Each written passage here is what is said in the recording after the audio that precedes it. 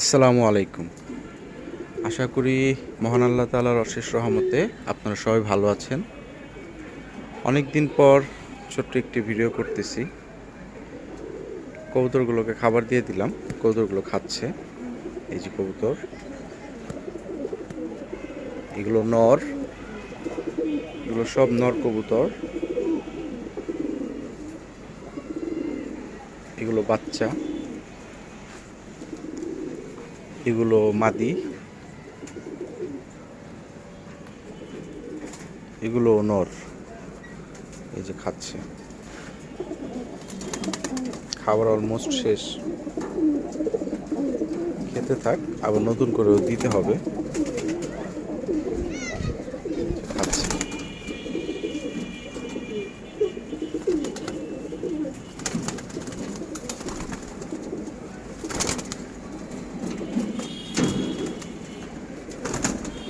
এই যে বাচ্চা,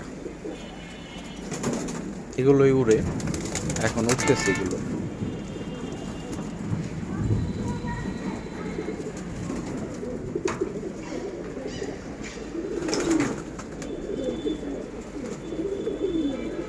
এগুলো নর কবুতর।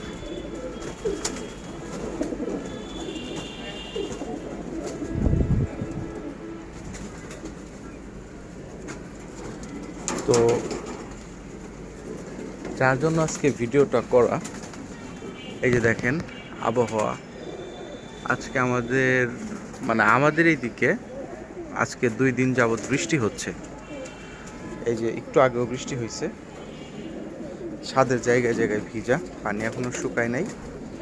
তো ভিডিওটা করার উদ্দেশ্যই হচ্ছে, প্রথমত কবুতরে মল্টিং চলতেছে। এই যে দেখেন ভিতরে প্রচুর পরিমাণ ডাস্ট, ফেদার পড়ে আছে। মল্টিং চলাকালীন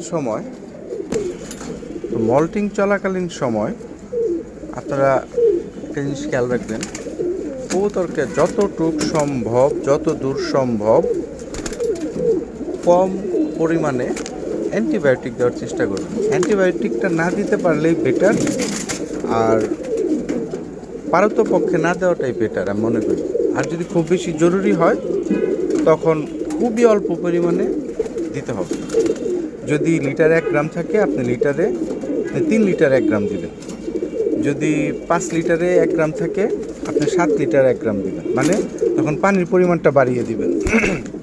কারণ এই অ্যান্টিবায়োটিকটা খুব একটা কবুতরের জন্য এই সময় ভালো হবে না আমি মনে করি আর কি। সেই জন্য